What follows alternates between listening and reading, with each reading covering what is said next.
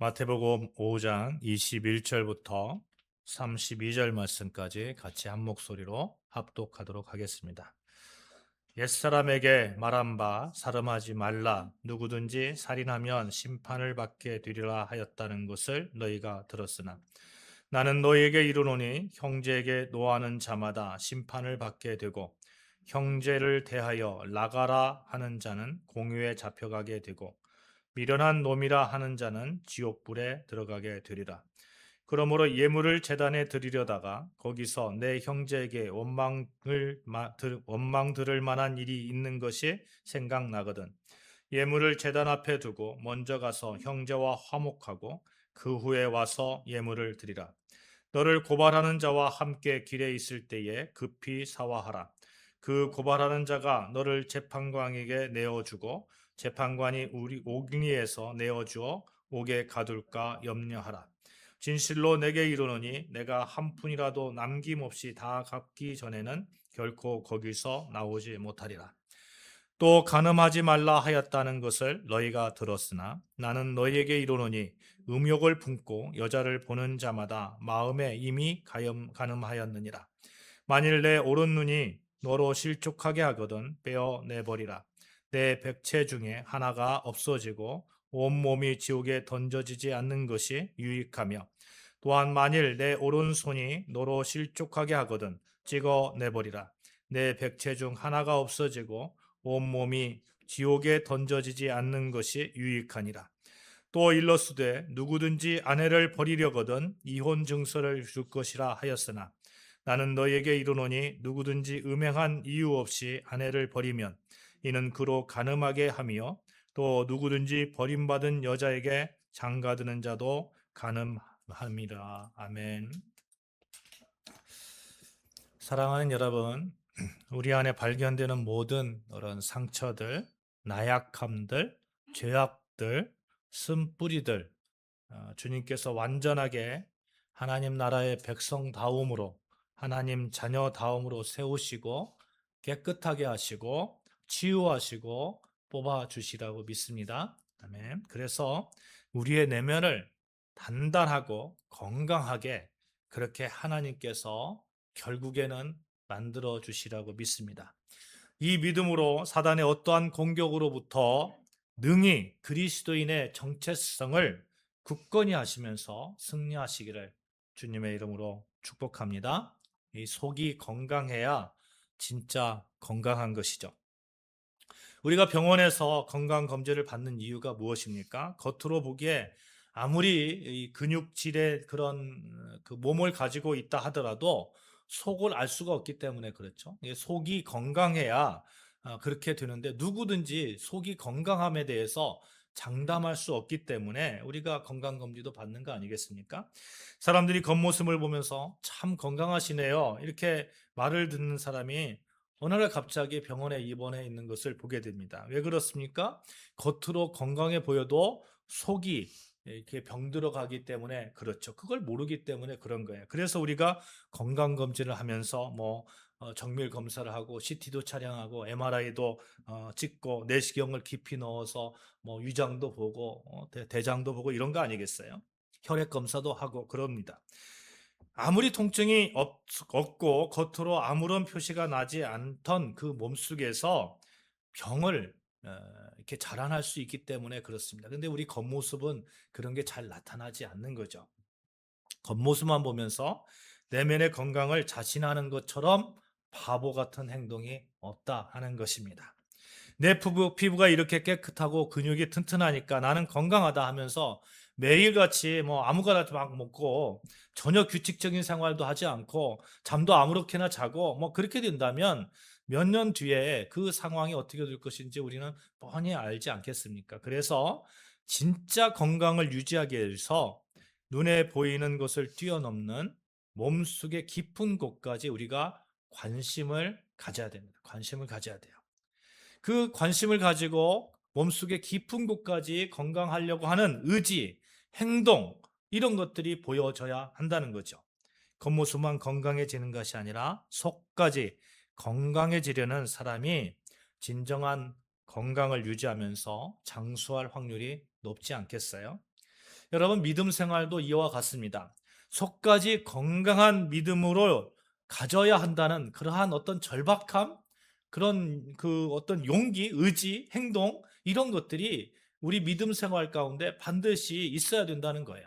겉모습만 믿음 좋음으로 보여선 안 되겠다. 거기에서 만족해서는 안 되겠다 하는 겁니다. 사랑하는 여러분, 여러분과 제가 내면 깊숙한 곳까지 건강한 믿음으로 바로 서시기를 주님의 이름으로 축원합니다. 아멘. 그러기 위해서 내면의 건강한 믿음을 위해서 기도하며 말씀 보며 하루하루 성령님의 도우심을 간구하고 죄 가운데 있는 곳에 찾아가지 않고 그런 마음이 생길 때 시선을 닫아버리고 하는 그러한 노력, 의지들이 우리 삶 가운데 있어야 되겠다 하는 거예요.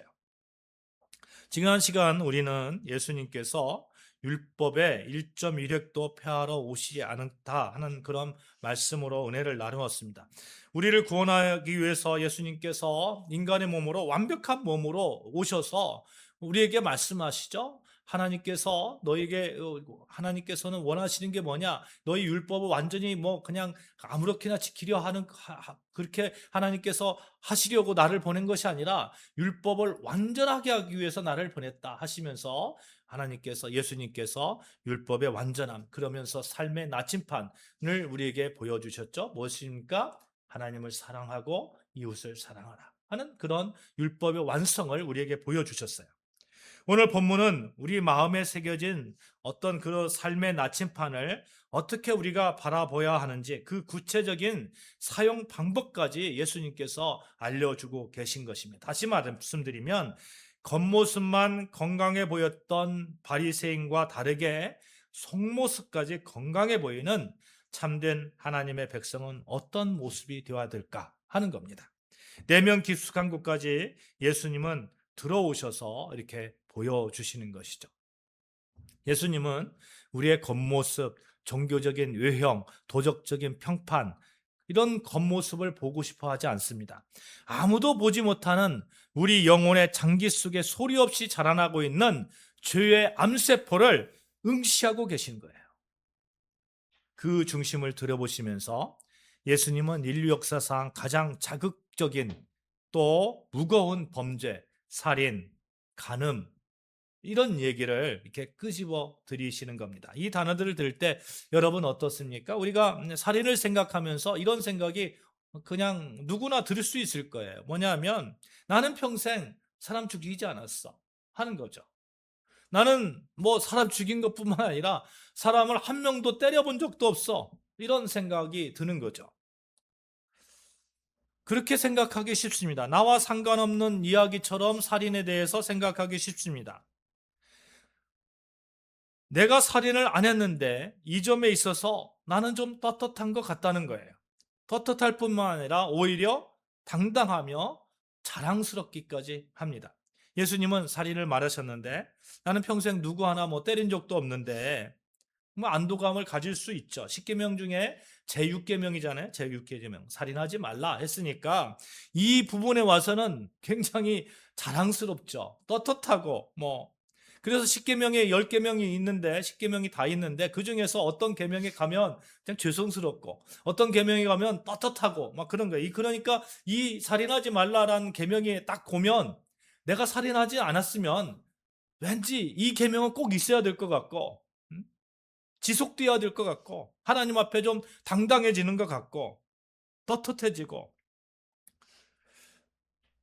하나님이 이 계명을 누구도 지킬 수 없는 계명으로 만들어 놔서 하나님 앞에 겸손하게 무릎 꿇고 하나님을 경외하게 하려는 그런 용도로 만들어 놓았습니까? 아닙니다. 누구나 지킬 수 있는 그런 용도로 만들어 놓은 것이에요. 그러니까 이 부분에 와서는 좀 떳떳해지는 거죠.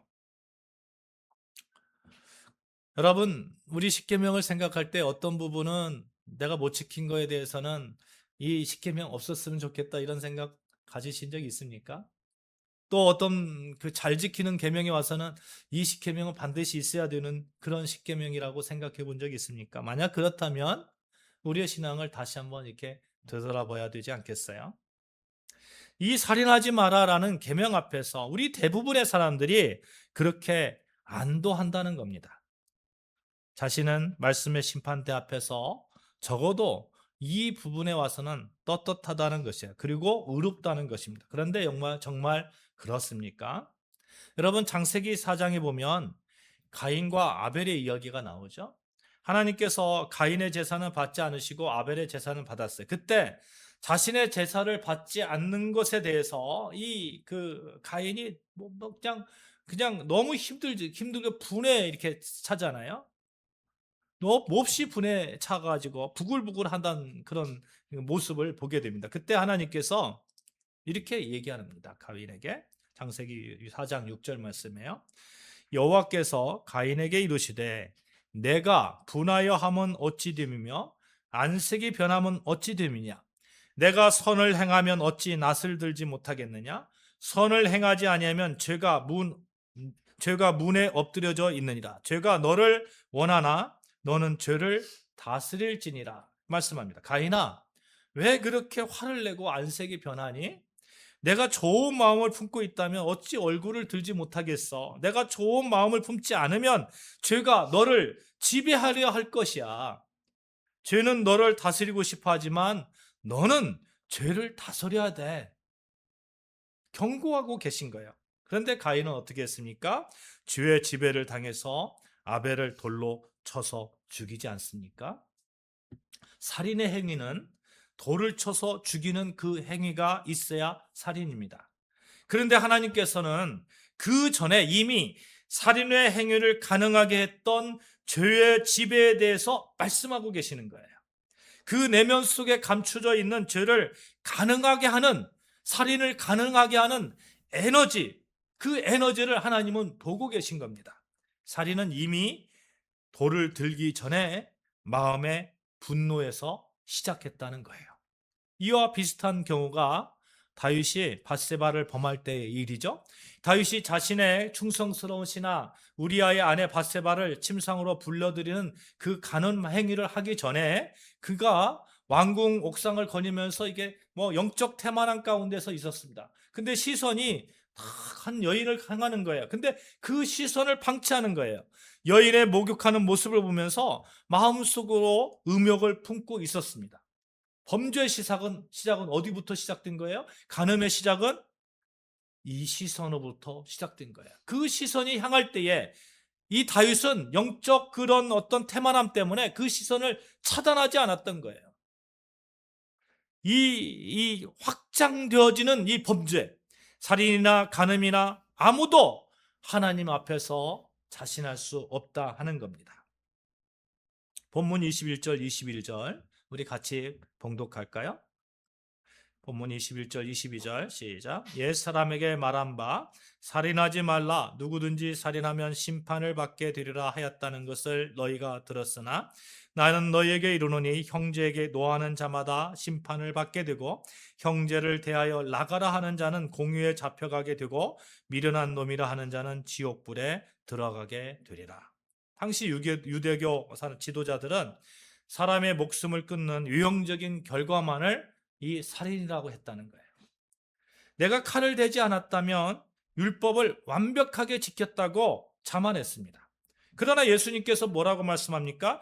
형제에게 이유 없이 분노를 쏟아내는 자, 형제를 향해서 나가라고 하는 자, 이 나가라는 얘기는 무슨 얘기냐면 한마디로 이런 거예요. 이 골빈 놈아 이런 거예요. 골빈 놈아, 바보 같은 놈아, 그렇게 그 욕설이에요. 욕설. 언어적 폭력을 휘두르는 자. 여러분, 상대방에게 인격적인 그런 존엄성을 무너뜨리고 인격을 모독하는 그런 욕설을 하는 자, 이런 자들을 향해서 예수님께서 뭐라고 말씀합니까? 이 사람들 살인했다는 거예요. 심지어 법정을 넘어 영원한 지옥불의 심판을 면치 못할 것이라고 엄중히 선포하고 계십니다. 이유가 있는 거예요. 뭡니까? 그들의 행동의 결과가 아니라 그 행동을 만들어내는 에너지, 그 내면을 보시기 때문에 그렇습니다. 마치 하나님께서 가인에게 경고하셨던 그 경고를 예수님께서 똑같이 말씀하고 계시는 거예요. 형제를 향해서 쏟아내는 분노, 상대를 비방하는 욕설, 인격을 말살하는 독설은 그 사람의 육체는 죽일지 않을지 모르지만 그 사람의 인격과 그 사람의 영혼을 죽이는 행위가 되기 때문에 그렇습니다. 또 실제적으로 그런 생각이 이렇게 발달되어서 실제적인 행동도 하기 때문에 그런 거죠. 가인이 마음의 분노를 방치했을 때 그것이 결국 아벨을 쳐 죽이잖아요. 내 안에 이 통제되지 않는 끓어오르는 분노, 이미 살인의 싹을 키우고 있는 죄의 암세포가 되는 것입니다. 예수님의 이 말씀은 오늘날 현대를 살아가고 있는 우리의 모습을 너무나도 부끄럽게 만드는 말씀인 거죠. 현대인들 이 SNS 미디어 굉장히 많은 그런 콘텐츠에 무방비로 이렇게 노출되어 있잖아요. 근데 그 가운데서 끊임없이 남과 나를 비교하면서 상대방을 향해서 시기와 질투를 부추깁니다. 가치관이 다른 사람을 향해서 극단적인 혐오와 분노를 쏟아냅니다. 참지를 못해요. 감정 조절에 실패합니다. 분노 조절 장애를 가지고 있습니다. 얼마 전에도 제가 지하철을 타고 이렇게 쭉 오는데 사람들이 이렇게 지하철 내려가는 입구가 있잖아요. 내려가는 입구가 있는데 택시가 정말 제가 보기에 한 10초 머물었어요. 10초. 사람을 태우는데 잠깐 머물었는데 뒤에서 빵빵이를 어떻게 되냐면 크락션을 그냥 10초 동안 계속 빡 누르는 거예요. 그냥 막 누르는 거예요. 10초 동안. 그런데 지나가는 사람들이 얼마나 놀라겠어요. 그 사람은, 누른 사람은 자기가 뭐죠? 피해를 봤다는 거죠. 10초 동안 피해를 봤다는 건데 그 수많은 사람들이 그 사람을 위해서 피해받는 거, 그거 상관하지 않는 거예요. 얼굴이 보이지 않는다는 익명의 가면 뒤에 숨어서 얼마나 사람들을 모독하고 그렇게 힘들게 합니까? 여러분 혹시 경험해 보셨을지 모르겠지만 여러분이 혹시 인터넷상에 어떤 글이나 사진이나 이런 것을 올렸는데 댓글에 정말 당황스러운 그런 글들이 이렇게 올라올 때 여러분 어떻습니까? 불안하고 짜증나고 심지어 내가 정말 그런 사람인가 하는 그런 생각도 들고 그러잖아요. 주님이 말씀하신 라가라고 하고 미련한 놈이라고 하고 골빈 놈이라고 하고 누군가로부터 저주와 독설을 받는다면 멘탈이 무너지기 쉽잖아요. 그렇습니다. 그런데 그렇게 하는 사람은 아무런 죄책감 없이 배설하듯이 쏟아냅니다. 그 칼날 같은 말에 찔려서 수많은 이들이 영혼이 피를 흘리면서 죽어가고 있다는 것입니다. 이것이 심하면 실제로 극단적인 선택도 하잖아요. 누구나 이런 상황에 노출되어 있습니다. 내가 피해자일 수 있고 내가 그렇게 피해를 줄 수 있습니다. 우리 안에 가인의 마음이 하나도 없다고 누가 감히 장담할 수 있겠습니까? 저도 가다가 몸과 마음이 분노가 있는 상황에서 차를 운전하고 있는데 누군가 갑자기 차를 멈춘다면 저도 길을 막고 있는 그 사람에게 10초든 5초든 그냥 크락션을 그냥 인정사정 없이 울릴 수 있는 사람이에요. 우리의 속사람은 가인처럼 분노의 돌을 손에 쥐고 내 형제의 가슴을 사정없이 내리치고 있는 그런 마음, 그런 성정을 얼마든지 가지고 있는 것이 서글픈 현실입니다. 그러니 가인에게 하셨던 하나님의 말씀이 더욱 우리 마음에 와 닿는 것이죠. 너는 죄를 다스리고 싶어 하지만 죄는 너를 다스리고 싶어 하지만 너는 죄를 다스려야 된다. 사랑하는 여러분, 죄를 다스리시는 여러분과 저 되어주시기를 주님의 이름으로 축복합니다. 죄가 우리를 다스리고 싶어 해요. 마귀가 우리를 다스리고 싶어 해요. 그러나 우리는 그 죄를 다스려야 되는 사람들입니다. 예수님께서 죄 앞에 서 있는 우리들을 향해서 구체적이고 파격적인 말씀으로 그 죄를 다스리는 법을 가르쳐주고 계셔요. 23절, 24절 말씀 같이 봉독합니다. 시작. 그러므로 예물을 제단에 드리려다가 거기서 내 형제에게 원망 들을 만한 일이 있는 것이 생각나거든 예물을 제단 앞에 두고 먼저 가서 형제와 화목하고 그 후에 와서 예물을 드리라. 예수님이 왜 이 말씀하셨을까요? 유대인들에게 제단에 예물을 드리는 예배는 신앙생활의 최고의 정점이라고 생각했습니다. 생명과 같은 것이었어요. 그런데 주님은 말씀하십니다. 예배를 드리며 예물을 드릴 때에 그 가운데 내 마음속에 누군가에게 상처를 주었거나 형제에게 원망 들을 만한 감정이나 앙금이 있거든 그것을 먼저 푼 다음에 오라는 거예요. 이것은 하나님이 예배를 가볍게 여기라는 뜻이 아니에요. 예배를 드리지 말라는 뜻이 아니에요. 그렇게 왜곡하면 안 됩니다.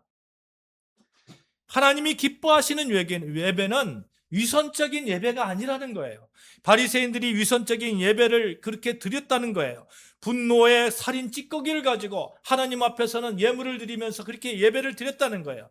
내면의 감정이 어그러져 있는데 종교적인 그런 형식적인 종교 행위를 했다는 거예요. 그것으로 덮으려 해서는 안 된다는 것입니다. 하나님 앞에 나아가면서 내면에 쓴뿌리가 있으면 제거하라는 것입니다. 사랑하는 여러분, 여러분과 제가 하나님 앞에 온전히 나아가기를 소망합니다. 삶의 자리에서 누군가와 갈등이 생기거나 내 마음에 분노의 불길이 치솟을 때 그 감정의 쓴뿌리를 십자가에서 못 박아 죽이시기를 주님의 이름으로 축복합니다. 아멘. 나는 예수님과 함께 십자가에 못 박혀 죽었고, 같이 합니다. 시작. 나는 예수님과 함께 십자가에 못 박혀 죽었고 장사되었고 부활하여 새 생명으로 산다. 아멘. 이 고백이 모든 갈등과 쓴뿌리 가운데서 하나님께 나아가는 우리의 고백이 되어야 됩니다. 이 마음의 쓴뿌려 같은 것을 예수 십자가로서, 예수 보혈로서 십자가에 못 박혀 죽이는 작업이 우리 삶 가운데 매일매일 일어날 때에 우리의 예배가 온전한 예배가 될 줄로 믿습니다. 우리 마음속에 있는 그런 쓴뿌리들 가만히 방치하면 안 되는 거예요. 다 십자가에 못 박혀 죽이고 장사 지내고 그래서 우리가 부활하여 새 생명으로 사는 예수님과 연합되어지는 그 모습 속으로 우리가 나아가야 됩니다. 마음속의 분노를 방치하면 살인이라는 파멸로 치닫듯이 우리 내면에 이 시선을 방치하면 그것은 필연적으로 간음으로 가는 무서운 정욕의 파멸이 될 것입니다. 27절 28절 보시겠어요? 또 간음하지 말라 하였다는 것을 너희가 들었으나 나는 너희에게 이르노니 음욕을 품고 여자를 보는 자마다 마음에 이미 간음하였느니라. 유형적인 간음의 행위를 저지르지 않았다고 자만하는 자들에게 겉으로 드러난 행동이 아니라 그 시선의 동기가 무엇인가를 보고 하나님께서 예수님께서 말씀하고 계신 거죠. 마음에 음탕한 욕망을 품고 시선을 고정하면서 대상을 바라보는 자는 육체적인 관계를 맺지 않을지라도 하나님의 법정에서는 마음에 이미 간음한 자다 하는 거예요. 여러분 대표적인 사람이 다윗이잖아요. 다윗. 어느 날 갑자기 다윗이 뭐 끔찍한 간음죄를 저질렀습니까? 살인 교사죄를 저질렀습니까? 그렇지 않습니다.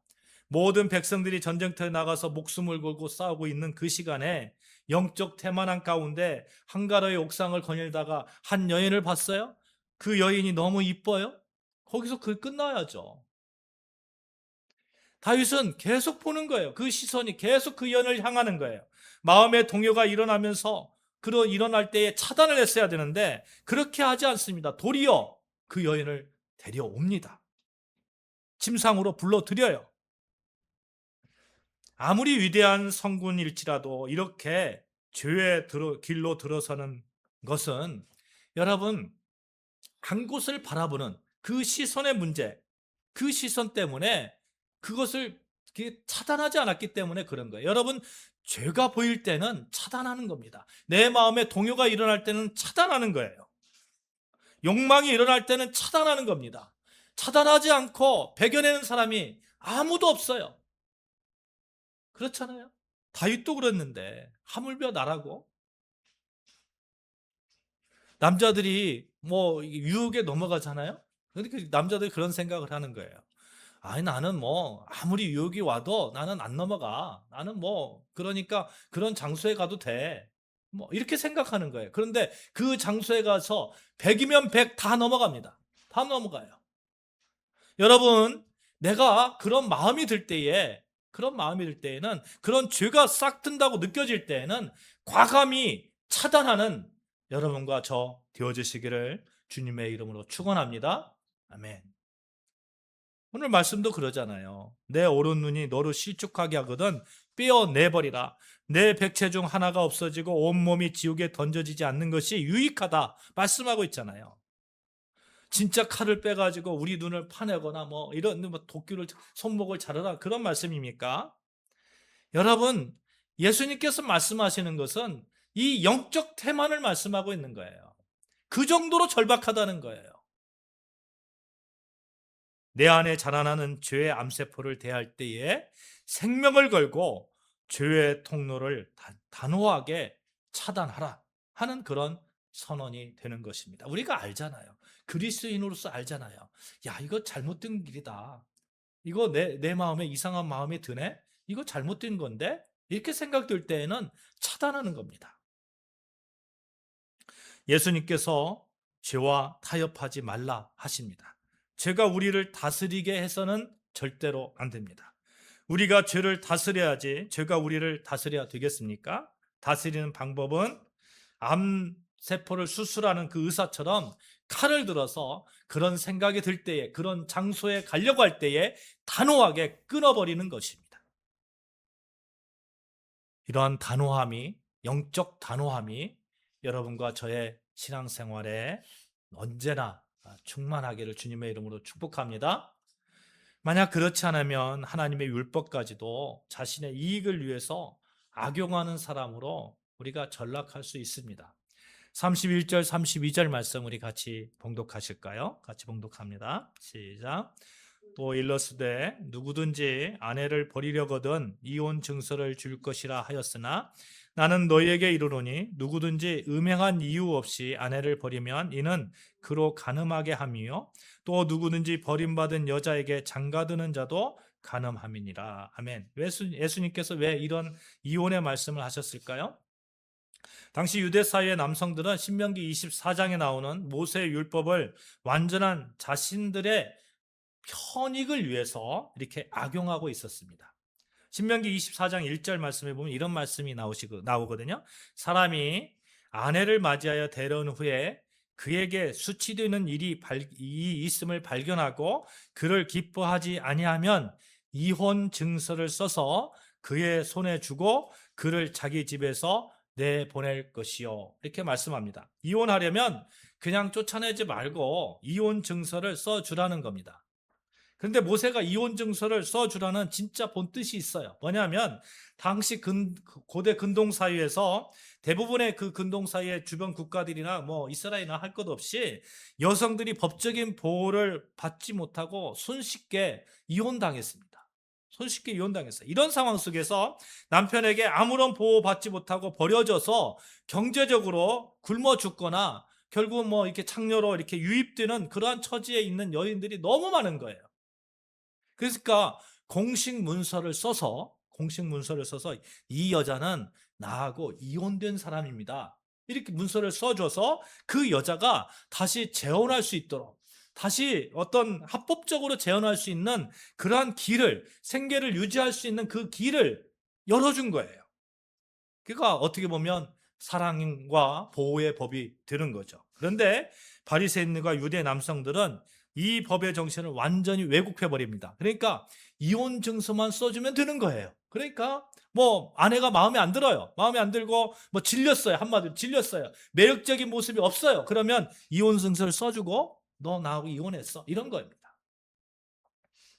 아무런 여자가 흠이 없는데 단지 마음에 안 든다는 이유로 이혼 증서 써주는 거예요. 주님은 바로 이 인간의 교활하고 추악한 마음의 중심을 단호하게 폭로하고 있는 겁니다. 이혼 증서란 종이 쪼가리 한 장으로 내 음란함과 이기심을 감출 수 있겠느냐 하는 겁니다. 명확한 이유 없이 내 욕망을 채우기 위해서 아내를 버리는 것은 그 여인을 간음하게 만드는 것이고 너 역시 하나님 앞에서 끔찍한 간음죄를 저지르는 것이다. 지금 뭐라고 말씀하는 거예요?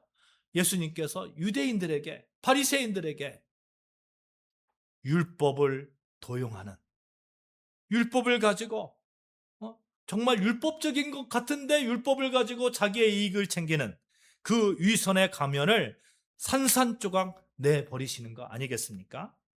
사랑하는 여러분, 우리 안에 하나님의 법을 자신의 유익을 위해서 쓰려고 하는 것, 하나님의 법을 가볍게 여기는 것, 그래서 죄가 자신을 다스리게 하는 것, 우리는 성령 안에서 늘 경계하면서 단호하게 거부하시기를 주님의 이름으로 축복합니다. 아멘.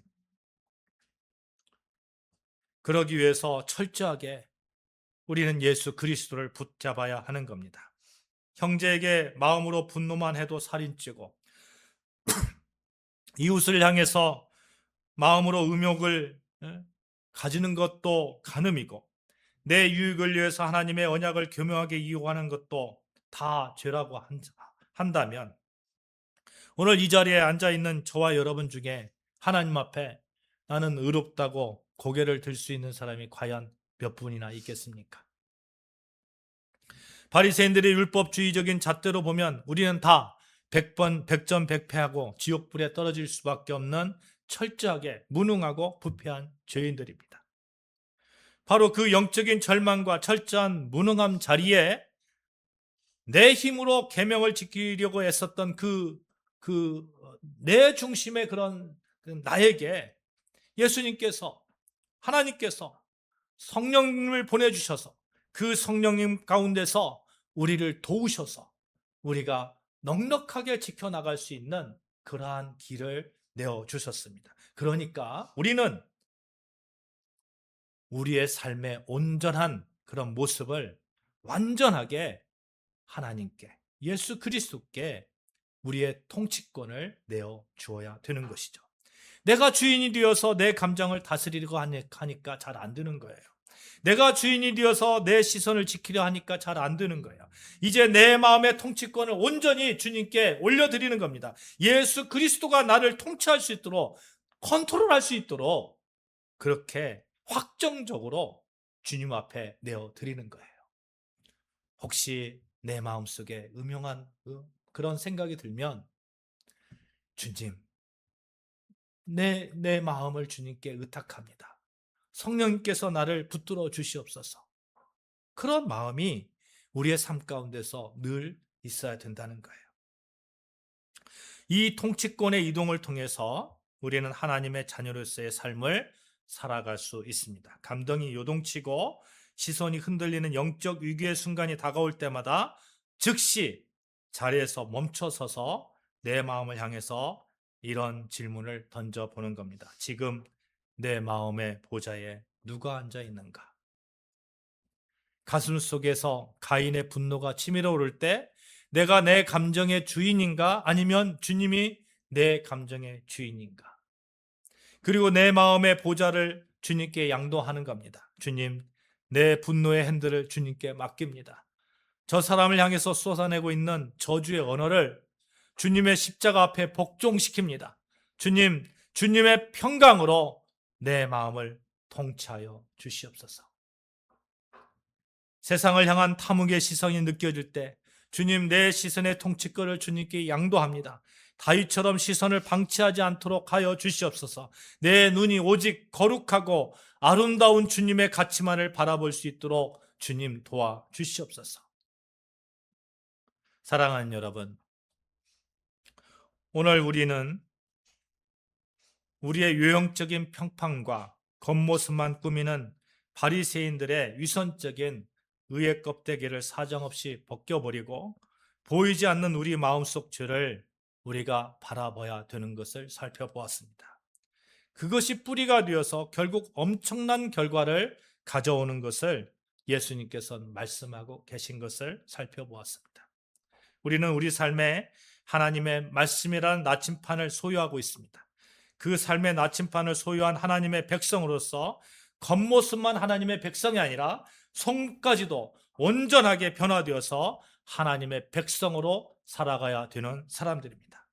그 가운데 죄와 사망을 이겨내신 예수 그리스도를 꼭 붙드시기를 주님의 이름으로 축복합니다. 그리하면 성령님께서 우리가 넉넉하게 이겨나갈 수 있도록, 끊을 것 끊을 수 있도록 도와주실 줄 믿습니다.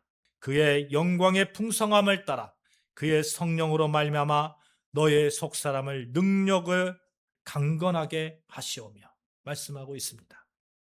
예수 그리스도는 우리에게 성령의 도우심을 주셔서 우리 속사람의 능력을 강건하게 하시는 분입니다.